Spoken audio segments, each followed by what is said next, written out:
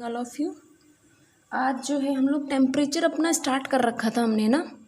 हम पढ़ रहे थे कि जो हमारे तापमान का जो वितरण है वो किस किस प्रकार से होता है। उसका हमने क्षैतिज वितरण देखा था और उसका ऊर्ध्वाधर वितरण भी देख लिया था। ठीक है, फिर हम बात करते हैं हमारे जो सिलेबस है उसमें एक टर्म आता है स्पेसिफिक, आपके उसमें सिलेबस में लिखा हुआ नहीं है वो, लेकिन जब आप टेम्परेचर पढ़ते हो, जब आपने तापमान का पूरा अध्ययन किया तो उसमें आपको पढ़ना पड़ता है एक ऊष्मा बजट। ऊष्मा का मतलब होता है कि वही आपका क्या तापमान, और बजट क्या होता है। देखिए बजट क्या होता है कि कितना हमने प्राप्त किया, ठीक, कितना प्राप्त किया मतलब कितना हमें मिला और उस हिसाब से कितना हमने अपने पास रखा और कितना हमने वापस लौटा दिया। ये जो पूरा लेखा जोखा होता है ये हमारा बजट कहलाता है। जैसे आप लोगों ने देखा होगा कि इकोनॉमिक्स में अपने भारत का एक बजट बनाया जाता है, तो उसमें यही तो देखते हैं कि एक साल के अंदर कितना हमने कमाया और कितना हमारा खर्च हुआ। ठीक है, उन सब का जो लेखा जोखा किया जाता है उसको हम बजट कहते हैं। उसी प्रकार से जो हमारे सूर्य से हमें जो तापमान मिलता है उसका भी ऊष्मा बजट बनाया जाता है।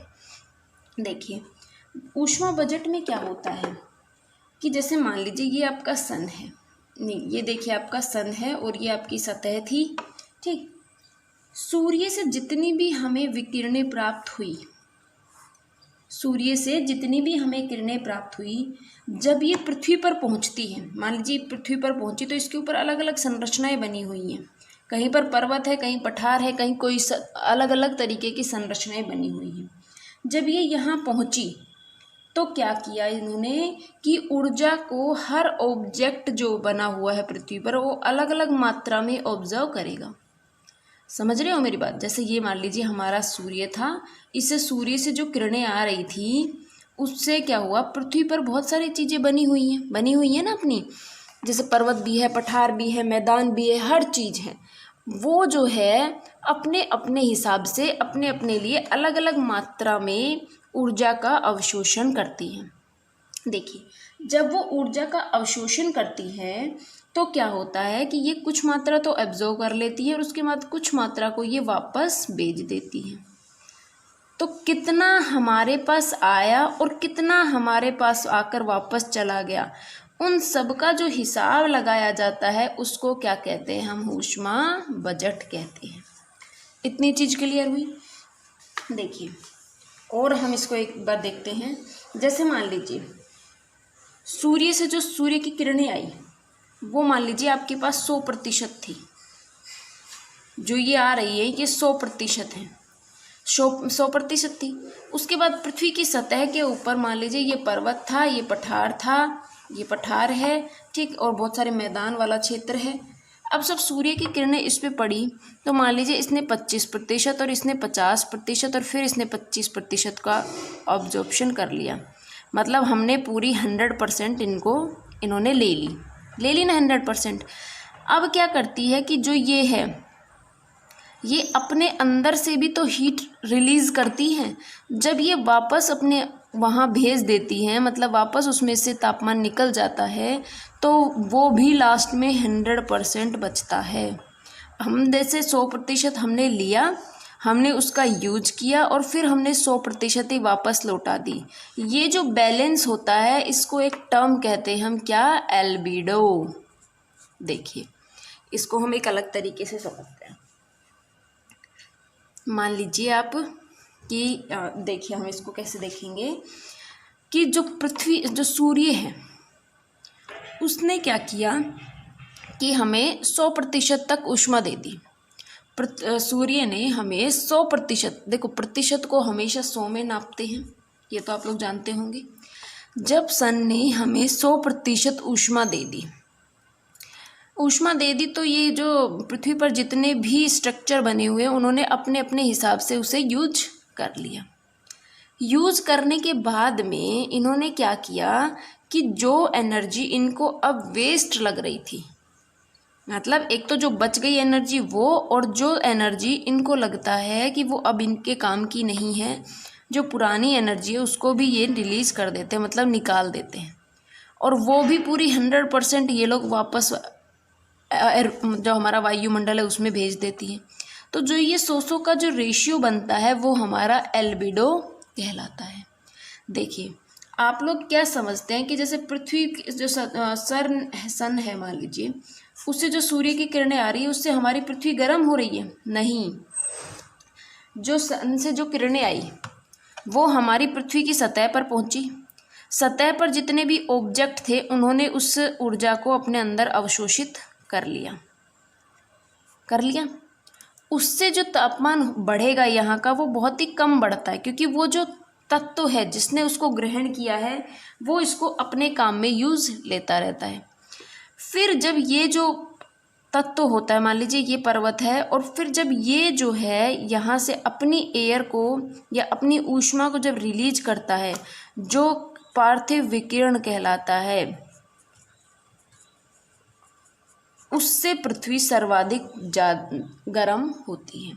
सबसे ज़्यादा गर्म पृथ्वी किससे होती है? पार्थिव विकिरण यानी कि टेरेस्ट्रियल रेडिएशंस जो होती हैं उनसे पृथ्वी सबसे ज़्यादा गर्म होती है। ठीक है, इतनी चीज़ समझ में आई कि कैसे हम लोगों के पास सूर्य से 100% ऊर्जा आती है और कैसे हम उसको 100% वापस भेज देते हैं। उसको हम एल्बिडो कहते हैं। कि ऊष्मा बजट की कितना हमने प्राप्त किया और कितना हमने वापस दिया, इन सब का जो लेखा जोखा है वो हमारा ऊष्मा बजट कहलाता है। फिर पार्थिव विकिरण की बात, जो सन की जो किरणें आती हैं, जो सूर्य से जो रेडिएशन आती है वो पृथ्वी की सतह पर पड़ती है, और पृथ्वी की सतह जब उसको अंदर अपने अंदर ले लेती है और फिर जब थोड़े टाइम बाद उसको अपने अंदर से बाहर निकालती है, तो उससे हमारी पृथ्वी सबसे ज़्यादा गर्म होती है और उसी से हमारे यहाँ टेम्परेचर बढ़ता है। इतनी चीज़ क्लियर? 2-3 टर्म हमने देखी हैं, तीनों टर्म में कोई दिक्कत नहीं होनी चाहिए आपको। अब देखिए, अब हम बात करेंगे जो हमने एल्बिडो की बात की थी।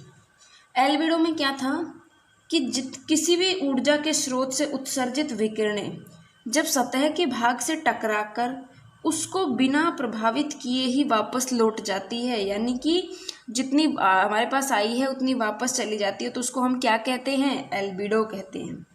अब देखिए, हम लोग इसका पूरा जो है एक तरह से डिटेल से देखते हैं कि कितना हमें मिलता है और कितना हम वापस सूर्य को वापस दे देते हैं। देखिए, ऊष्मा बजट की बात करें, मान लीजिए आपको 100% ऊर्जा मिल रही है, किससे? सूर्य से। ठीक, 100% ऊर्जा आपको मिली।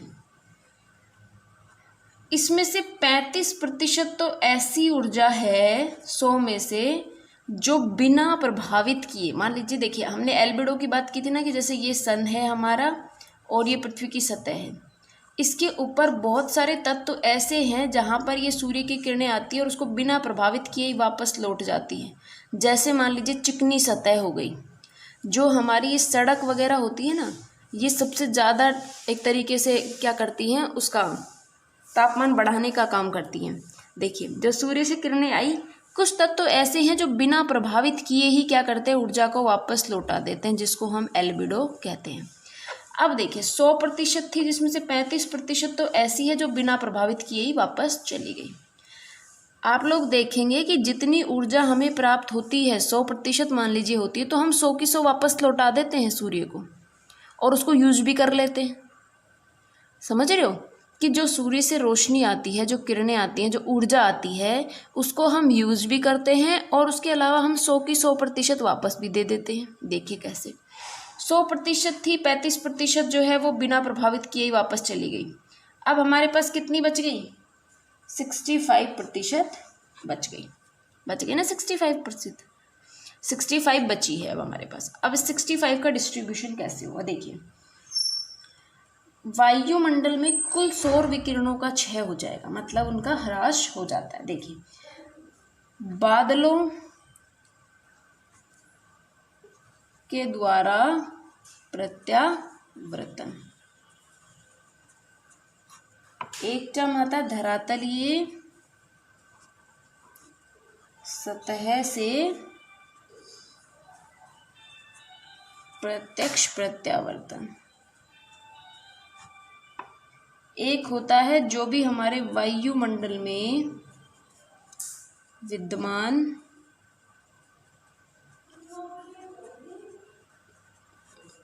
वायु कण। देखिए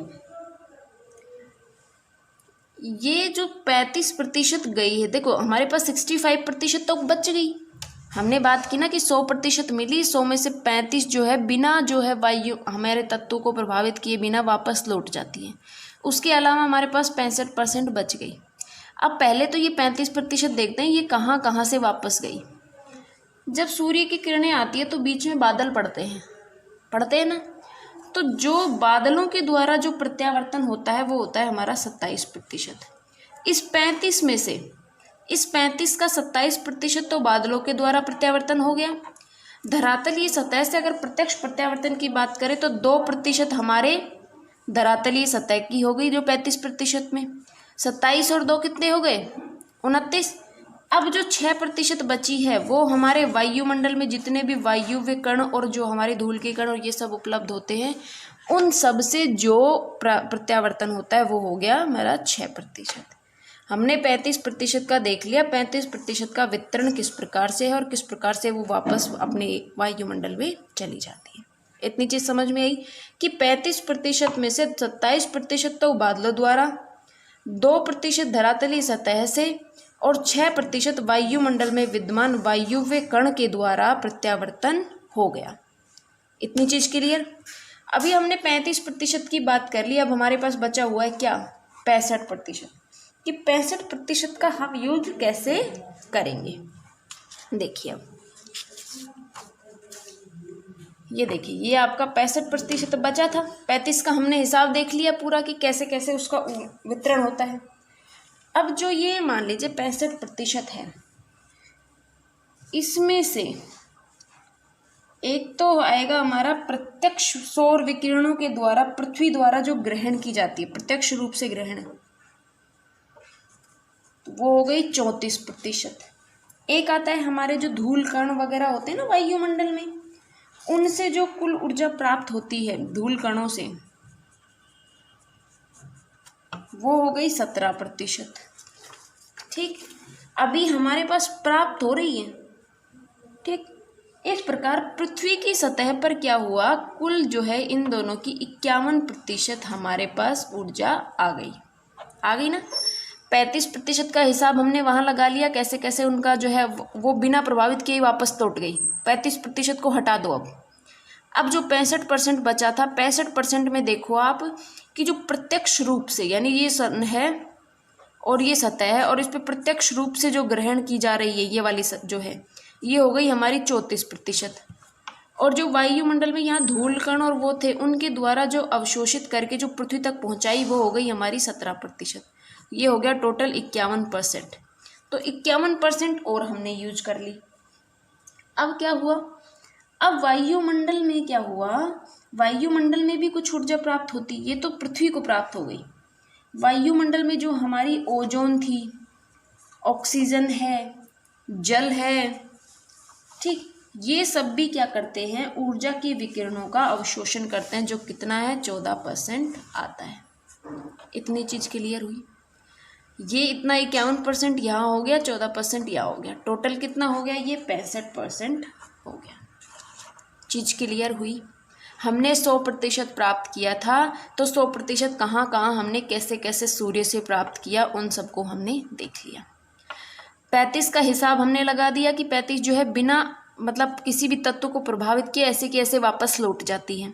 बची कितनी 65%। 65 में से प्रत्यक्ष रूप से जो ग्रहण की जाती है वो 34%, धूल कणों के द्वारा जो आती है वो 17%। तो इनकी टोटल हुआ 51। और जो वायुमंडल में ऑक्सीजन नहीं, जो ओजोन है, ऑक्सीजन है, जो जल है, उनके द्वारा जो अवशोषित होती है वो है 14%। तो टोटल कितना हो गया 65%।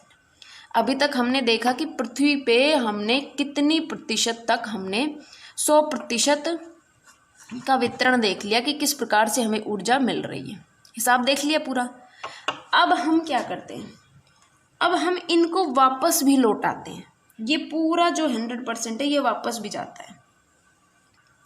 देखिए क्या हुआ, अब हमें वापस देनी है। हमने एक टर्म पढ़ा है अभी, पार्थिव विकिरण।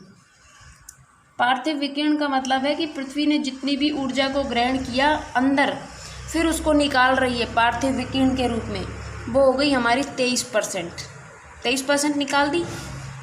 होता क्या है, ऊर्जा हमें मिली, ऊर्जा मिलने के बाद में जितनी ऊर्जा हमें हमारे पास आई है उतनी ही वापस जानी चाहिए, लेकिन क्या होता है वायुमंडल में ही वो सारी की सारी ऊर्जा वहीं पर रुक जाती है। और जब वो रुक जाती है तो रुकने से क्या होता है कि उसके अंदर टेम्परेचर बढ़ जाता है, और जब हमारे वायुमंडल में तापमान बढ़ जाएगा तो हमारे यहाँ पर ओजोन डिप्लेशन की जो समस्या है वो हमारे सामने देखने को मिलेगी।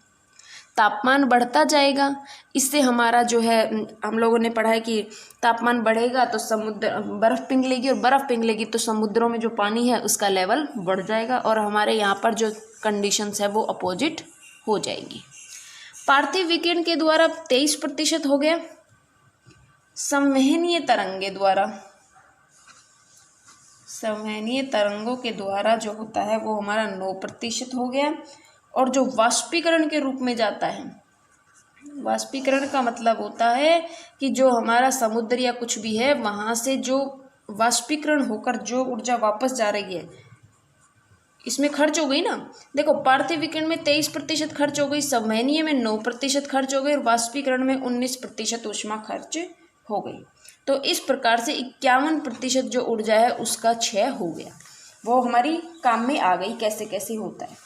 उसके बाद हमने वायुमंडल की बात कर ली थी कि ओजोन, ऑक्सीजन और जल के कणों के द्वारा कितनी अवशोषित होती है, 14% होती है।